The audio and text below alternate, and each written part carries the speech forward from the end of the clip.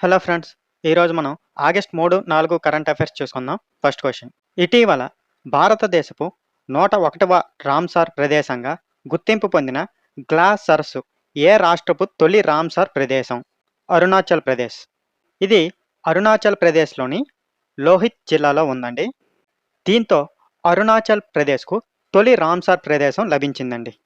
Ramsar convention 1971 ఫిబ్రవరి 2న ఇరాన్లోని Ramsar నగరంలో ఆమోదించబడిందండి. ప్రతి సంవత్సరం ఫిబ్రవరి 2న ప్రపంచ చిత్తడి నేలల దినోత్సవం నిర్వహిస్తారండి. భారతదేశపు 100వ రామ్సార్ ప్రదేశం మనం ఆల్రెడీ ముందు వీడియోస్లో దీని గురించి చెప్పుకున్నాం. జయప్రకాష్ నారాయణ పక్షుల అభయారణ్యం లేదా సుర్హాతాల్ అండి. ఎక్కడ ఉందంటే ఉత్తరప్రదేశ్లో ఉంది. ఓకేనా. మరి 99వ రామ్సార్ ప్రదేశం ఏంటంటే షేకాజిల్ అండి. ఇది కూడా ఉత్తరప్రదేశ్లో ఉంది. ఇవి ఇంతకు ముందు వీడియోస్లో మనం ఆల్రెడీ చెప్పుకున్నాం. సో ఇప్పుడు క్వశ్చన్ ఏంటంటే భారతదేశపు 101వ రామ్సార్ ప్రదేశంగా గుర్తింపు పొందిన సరస్సు పేరు కూడా గుర్తించుకోండి. గ్లాస్ సరస్సు ఏ రాష్ట్రపు తొలి రామ్సార్ ప్రదేశం అంటే ఆ రాష్ట్రానికి ఇదే మొట్టమొదటిది. ఆ స్టేట్ ఏదంటే అరుణాచల్ ప్రదేశ్. అయితే ఏ డిస్ట్రిక్ట్లో ఉంది అరుణాచల్ ప్రదేశ్లో అంటే లోహిత్ డిస్ట్రిక్ట్లో ఉంది. అసలు ఈ రామ్సార్ ప్రదేశం బ్యాకప్ స్టోరీ చూసుకుంటే రామ్సార్ కన్వెన్షన్ అని 1971 ఫిబ్రవరి 2న ఎక్కడుంది ఇది? ఇరాన్లోని రామ్సార్ నగరంలో ఆమోదించబడింది. ఓకేనా. అయితే ఈ ఫిబ్రవరి 2నే ప్రతి సంవత్సరం ప్రపంచ చిత్తడి నేల దినోత్సవం అనేది మనం జరుపుకుంటాం. దీనికి ముందు ఉన్న 100వ రామ్సార్ ప్రదేశం ఏంటంటే జయప్రకాష్ నారాయణ పక్షుల అభయారణ్యం లేదా సుర్హాతాల్ అంటారండి. అది ఉత్తరప్రదేశ్లో ఉంది. మరి 99వ రామ్సార్ ప్రదేశం ఏది అంటే షేకాజిల్ పక్షుల అభయారణ్యం. అది కూడా ఉత్తరప్రదేశ్లోనే ఉంది. ఓకేనా. Next question. స్వీడన్ నుంచి పోలాండ్ వరకు బాల్టిక్ సముద్రాన్ని నిరవధికంగా ఈదిన తొలి వ్యక్తి ఎవరు? Correct answer Bartlomiej Kubkowski. ఆయన సుమారు 160 కిలోమీటర్ల దూరాన్ని 55 నుంచి 56 గంటల్లో పూర్తి చేశారండి. రికార్డ్ చెల్లుబాటు కావడానికి మధ్యలో నిద్రపోలేదు, నీటి నుంచి బయటికి రాలేదు, అలాగే సపోర్ట్ బోట్ కూడా తాకలేదండి. ఇది బాల్టిక్ సముద్రాన్ని దాటేందుకు ఆయన చేసిన 5వ ప్రయత్నం అండి. ఈ సాహస యాత్ర ద్వారా క్యాన్సర్తో పోరాడుతున్న పిల్లల కోసం 1,40,000 యూరోస్కు పైగా నిధులను సేకరించారండి. కీ పాయింట్స్ ఏంటంటే ఎక్కడి నుంచి ఎక్కడి వరకు? స్వీడన్ నుండి పోలాండ్ వరకు గల ఏది బాల్టిక్ సముద్రాన్ని నిరవధికంగా ఈదిన తొలి వ్యక్తి ఎవరు అంటే బార్టోలోమియోజ్ కుబ్కోవస్కీ. ఎంతండి దూరం? సుమారు 160 కిలోమీటర్ల దూరాన్ని ఎన్ని గంటల్లో పూర్తి చేశారంటే 55 నుంచి 56 గంటల్లో పూర్తి చేశారండి. ఈ రికార్డు చెల్లుబాటు అవ్వడానికి మధ్యలో ఆయన నిద్రపోవడం కానీ, నీటి నుంచి బయటికి రావడం కానీ, అలాగే సపోర్ట్ బోట్ని కానీ తీసుకోలేదు. అయితే ఇది బాల్టిక్ సముద్రాన్ని దాటేందుకు ఆయన చేసిన ఎన్నవ ప్రయత్నం అంటే 5వ ప్రయత్నం. అయితే ఈ సాహసయాత్ర ద్వారా క్యాన్సర్తో పోరాడుతున్న పిల్లల కోసం ఎంత? 140,000 యూరోస్ పైగా నిధులను సేకరించారు. ఓకేనా. Next question. Tour de France ఫెమిస్లో పాల్గొన్న తొలి భారతీయ మహిళా సైక్లిస్ట్ ఎవరు? కరెక్ట్ ఆన్సర్ హర్షిత్ జకర్ అండి. ఆమె రాజస్థాన్కు చెందిన 19 ఏళ్ల సైక్లిస్ట్ అండి. ఈ పోటీలు స్విట్జర్లాండ్లో జరిగాయండి. ప్రస్తుతం ఆమెకు రాకేష్ చకర్ శిక్షణ ఇస్తున్నారండి. రాకేష్ చకర్ ఆమె తండ్రి, అలాగే మాజీ కామన్వెల్త్ గేమ్స్ సైక్లిస్ట్ కూడానండి. కీ పాయింట్ ఏంటంటే టూర్ డి ఫ్రాన్స్ ఫెమిస్లో పాల్గొన్న తొలి భారతీయ మహిళా సైక్లిస్ట్ ఎవరు అంటే హర్షిత జకర్. ఏ స్టేట్కి సంబంధించిన వ్యక్తి అండి అని? రాజస్థాన్కు చెందిన 19 ఏళ్ల సైక్లిస్ట్ అండి. అయితే ఈ పోటీలు ఎక్కడ జరిగాయి? స్విట్జర్లాండ్లో జరిగాయి. అయితే ఆమె కోచ్ ఎవరంటే ఆమె తండ్రినండి రాకేష్ చకర్. ఆయన ఎవరంటే మాజీ కామన్వెల్త్ గేమ్స్ సైక్లిస్ట్ కూడాను. ఓకేనా. Next question. ఒకే కామన్వెల్త్ క్రీడల సంచికలో 2 వ్యక్తిగత పథకాలు గెలిచిన తొలి భారత ట్రాక్ అండ్ ఫీల్డ్ అథ్లెట్ ఎవరు? కరెక్ట్ ఆన్సర్ గుల్వీర్ సింగ్ అండి. ఆయన 10,000 మీటర్ల పరుగులో రజత పథకం సాధించారండి. అలాగే 5,000 మీటర్ల పరుగులో కాంస్య పథకం సాధించారండి. తేజస్విని శంకర్ కామన్వెల్త్ గేమ్స్లో డెకత్లాన్లో భారత్కు తొలి పథకం అందించారండి. ఇది కూడా గుర్తుంచుకోవాలి. అంతకుముందు ఆయన బర్మింగ్హామ్ 2022 కామన్వెల్త్ గేమ్స్లో హై జంప్లో కాంస్య పథకం కూడా గెలుచుకున్నారండి. దీంతో 2 వేరువేరు విభాగాల్లో కామన్వెల్త్ గేమ్స్ పథకాలు గెలిచిన తొలి భారతీయుడిగా నిలిచారండి. కీ పాయింట్స్ ఏంటంటే ఒకే కామన్వెల్త్ క్రీడల సంచికలో 2 వ్యక్తిగత పథకాలు గెలిచిన తొలి భారత ట్రాక్ అండ్ ఫీల్డ్ అథ్లెట్ ఎవరు అంటే గుల్వీర్ సింగ్ అండి. ఏ విభాగాల్లో అంటే 10,000 మీటర్ల పరుగులో రజత పథకం, 5,000 మీటర్ల పరుగులో కాంస్య పథకం సాధించారండి. అదే 2 వేరువేరు కామన్వెల్త్ గేమ్స్లో 2 వేరువేరు విభాగాల్లో పథకాలు గెలిచిన తొలి భారతీయుడు ఎవరంటే తేజస్విని శంకర్ అండి. కామన్వెల్త్ గేమ్స్లో డెకాథ్లాన్‌లో భారత్‌కు తొలి పతకం అందించారండి. అంతకుముందు ఆయన 2022 బర్మింగ్హామ్ కామన్‌వెల్త్ గేమ్స్‌లో హై జంప్‌లో కాంస్య పతకం కూడా గెలుచుకున్నాడండి. దీంతో 2 వేర్వేరు విభాగాల్లో కామన్‌వెల్త్ గేమ్స్ పతకాలు గెలిచిన తొలి భారతీయుడిగా నిలిచారండి. సో, గుర్తుంచుకోవాలి, కన్‌ఫ్యూజ్ అవ్వకూడదు. ఒకే సీజన్‌లో అయితే గుల్‌వీర్ సింగ్ వస్తాడు. 2 వేరు సీజన్స్ అన్నప్పుడు తేజస్విని శంకర్. ఓకేనా? Next question. కామన్‌వెల్త్ గేమ్స్ ముగిసాయండి. మనం ఆల్రెడీ ప్రతి వీడియోలో గూడా మనం గెలిచిన మెడల్ గురించి చెప్తూనే ఉన్నాం. ఎక్కడ జరిగాయంటే స్కాట్లాండ్‌లోని గ్లాస్గోలో జరిగాయండి. అయితే ఇప్పుడు ఫైనల్ టేబుల్ చూసుకుంటే కామన్‌వెల్త్ గేమ్స్ 2026లో మొత్తం పతకాల పట్టికలో 4వ స్థానం సాధించిన దేశం ఏది అంటే భారత్ అండి. భారత్ కామన్‌వెల్త్ గేమ్స్ 2026లో మొత్తం 39 పతకాలతో 4వ స్థానం సాధించిందండి. అందులో 13 స్వర్ణాలు, 17 రజతాలు, 9 కాంస్య పతకాలు సాధించిందండి. అయితే తొలి స్థానం ఏది నిలిచిందంటే ఆస్ట్రేలియా అండి. 171 పతకాలతో తొలి స్థానంలో నిలిచిందండి. ఇంగ్లాండ్ రెండో స్థానం, కెనడా మూడో స్థానంలో నిలిచాయండి.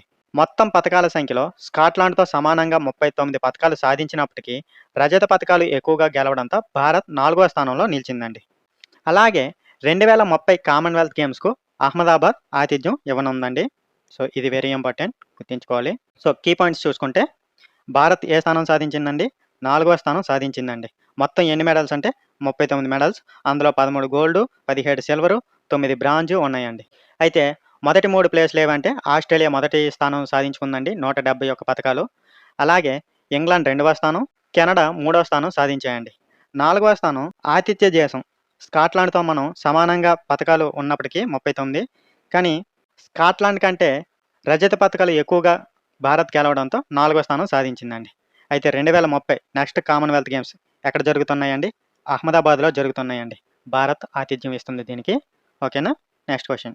ఇటీవల భౌగోళిక సూచిక జీఐ ట్యాగ్ పొందిన సాంప్రదాయ పితోరా చిత్రకళ ఏ రాష్ట్రానికి చెందింది?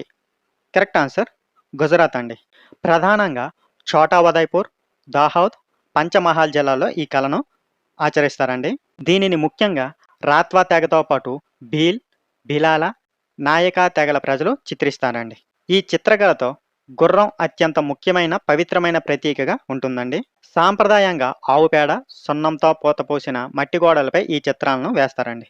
సో, కీ పాయింట్స్ చూసుకుంటే ఇటీవల భౌగోళిక సూచిక అంటే జీఐ ట్యాగ్ పొందిన ఏది? పితోరా చిత్రకళ ఏ రాష్ట్రానికి సంబంధించింది అంటే గుజరాత్ అండి. ప్రధానంగా ఎక్కడుంటుందండి ఈ చిత్రకళ అంటే ఛోటా ఉదయ్‌పూర్, దాహోద్, పంచమహల్ జిల్లాల్లో ఆచరిస్తారండి. అయితే ఏ తెగలు చిత్రిస్తారు అంటే ముఖ్యంగా రాత్వా తెగతో పాటు భీల్, భిలాల, నాయకా తెగలు దీన్ని చిత్రిస్తారండి. ఓకేనా? అయితే ఈ చిత్రకళలో అత్యంత ముఖ్యమైన పవిత్రమైన ప్రతీకగా ఏదుంటుందండి? గుర్రం ఉంటుందండి. అయితే ఈ చిత్రాలను ఎలా వేస్తారంటే ఆవు పేడ, సున్నంతో పూత పోసిన మట్టి గోడలపై ఈ చిత్రాలను చిత్రిస్తారండి. ఓకేనా? Next question. ఇటీవల రాష్ట్రపతి ద్రౌపది ముర్ము ఆమోదం పొందిన 2026 మత స్వేచ్ఛ చట్టం ఏ రాష్ట్రానికి చెందినది? కరెక్ట్ ఆన్సర్ మహారాష్ట్ర అండి. ఈ చట్టం ప్రధాన ఉద్దేశ్యం చట్ట విరుద్ధ మత మార్పులను నిరోధించడం అండి. ఈ బిల్లుకు రాష్ట్రపతి అధికారిక ఆమోదం లభించిందండి. ఈ చట్టాన్ని అమలు చేసిన దేశంలోని 13వ రాష్ట్రంగా మహారాష్ట్ర నిలిచిందండి. ఈ చట్టానికి సంబంధించిన రాజ్యాంగ నిబంధనలు అధికారంలో 25-28 వరకు ఉన్నాయండి. సో, కీ పాయింట్స్ చూసుకుంటే ఇటీవల రాష్ట్రపతి ద్రౌపది ముర్ము ఆమోదం పొందిన 2026 మత స్వేచ్ఛ చట్టం ఏ రాష్ట్రానికి సంబంధించినది అంటే మహారాష్ట్ర అండి. అయితే ఈ చట్టం ప్రధాన ఉద్దేశం ఏంటండి? చట్ట విరుద్ధ మత మార్పులను నిరోధించడం అండి. అయితే ఈ చట్టాన్ని అమలు చేసిన దేశంలోని ఎన్నవ రాష్ట్రంగా నిలిచింది మహారాష్ట్ర అంటే 13వ రాష్ట్రంగా నిలిచిందండి. అయితే ఈ చట్టానికి సంబంధించిన రాజ్యాంగ నిబంధనలు ఏమున్నాయండి? ఆర్టికల్స్ 25-28 వరకు ఉన్నాయండి. ఓకేనా?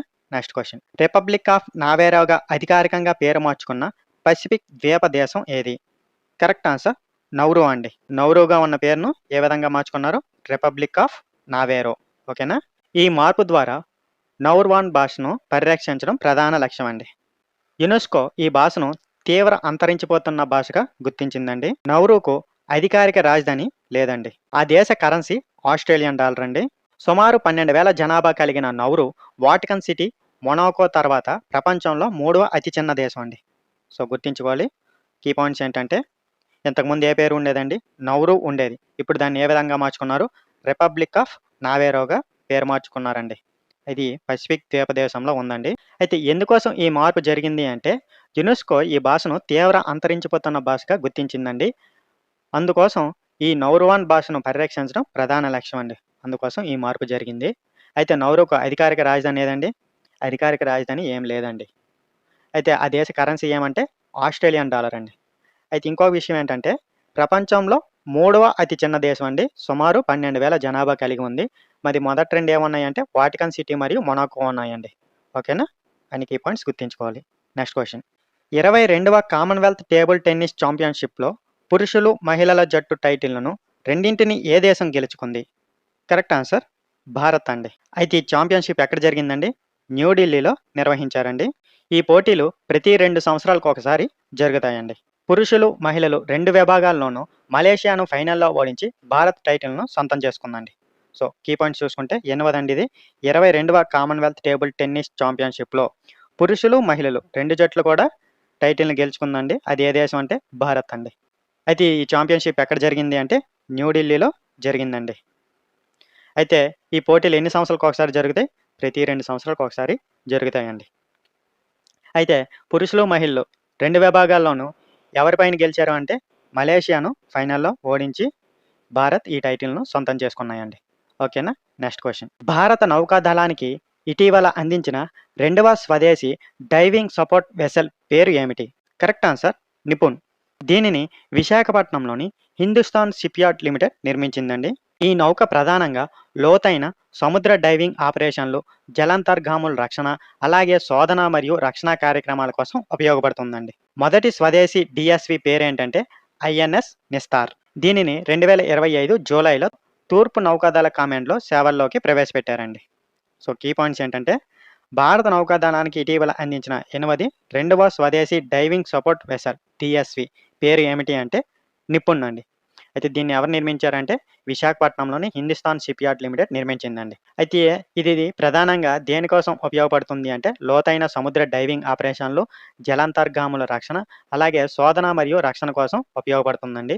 అయితే మొదటి స్వదేశీ డైవింగ్ సపోర్ట్ వెసల్ ఏది అంటే ఐఎన్ఎస్ నిస్తార్ అండి. ఓకేనా? అది ఎప్పుడు ప్రవేశపెట్టారు అంటే 2025 జూలైలో తూర్పు నౌకాదళ కమాండ్‌లో సేవల్లోకి ప్రవేశపెట్టారండి. ఓకేనా? Next question. భారత నౌకాదళం కొత్త వైస్ చీఫ్ ఆఫ్ నావల్ స్టాఫ్‌గా ఇటీవల ఎవరు బాధ్యతలు స్వీకరించారు? Correct answer vice admiral A N Pramod అండి. ఆయన వైస్ అడ్మిరల్ తరుణ్ సోబ్ది స్థానంలో నియమితులయ్యారండి. ఆయన ఆపరేషన్ విజయ్ 1999లో జరిగింది. ఆపరేషన్ పరాక్రమ్ 2001లో పాల్గొన్నారండి.